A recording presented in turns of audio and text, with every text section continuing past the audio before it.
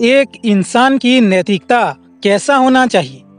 नैतिकता ये नियंत्रण करता है कि लोगों को वास्तव में क्या करना चाहिए, किसी भी स्थिति में क्या सही है और क्या गलत, वो हमें सिखाता है नैतिकता।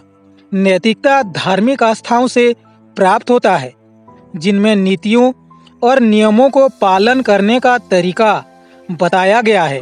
हर धर्म में अलग अलग किस्म के नियम बताए गए हैं, जो हमें सिखाते हैं कि सही और गलत क्या है, जिसके वजह से हमारे सोच में बदलाव आता है कई विषयों पर, जैसे ईमानदारी, दया, सहानुभूति, न्याय इत्यादि। ये सारे जीवन जीने के तरीके हैं और ये सब हम सीख सकते हैं धार्मिक अनुष्ठान, पूजा पद्धति आदियों से। ये सारी नियम और नीतियाँ कोई एक धर्म में नहीं, बल्कि अलग अलग धर्मों में बताया गया है। लेकिन सबसे ज़रूरी बात यह है कि लोग अपने अपने तरीके से समझते और समझाते हैं, जिसकी वजह से उनके जीवन के नीति और नियम काफ़ी प्रभावित होते हैं। और जिनके जीवन में ये बदलाव होते हैं वो कुछ कारणों से होते हैं, जैसे सांस्कृतिक, व्यक्तिगत अनुभव और व्यक्तिगत कारण से। अगर उदाहरण से समझें तो भगवान राम को हम मर्यादा पुरुषोत्तम कहते हैं, क्योंकि वो अपने जीवन में हमेशा मर्यादा का पालन किए थे। बड़ों को सम्मान, छोटों को स्नेह और हर किसी के साथ अच्छा व्यवहार करते थे। जो लोग भगवान राम को इसी नज़रिए से देखते हैं, वो अपने जीवन को इन्हीं विचारों के साथ जीने की कोशिश करते हैं।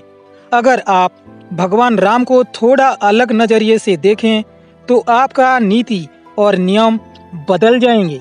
इसको समझने के लिए भी हम भगवान श्री राम का उदाहरण लेते हैं। जब भगवान राम लंका से वापस आए माता सीता को लेके रावण का वध करके, तब कुछ समय बाद अयोध्या में ये चर्चा होने लगी थी माता सीता के पवित्रता को लेकर, जिसके वजह से भगवान राम माता सीता को जंगल में छोड़ने का आदेश देते हैं, जबकि उस समय माता सीता को भगवान श्री राम की सबसे ज़रूरत थी, क्योंकि माता सीता गर्भवती थे।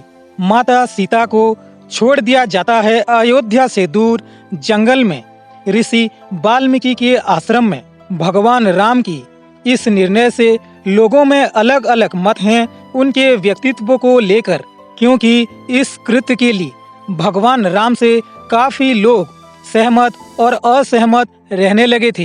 अगर आप भगवान राम को इस कार्य से मापेंगे तो आपके जीवन में नीति और नियम बहुत हद तक प्रभावित हो सकते हैं।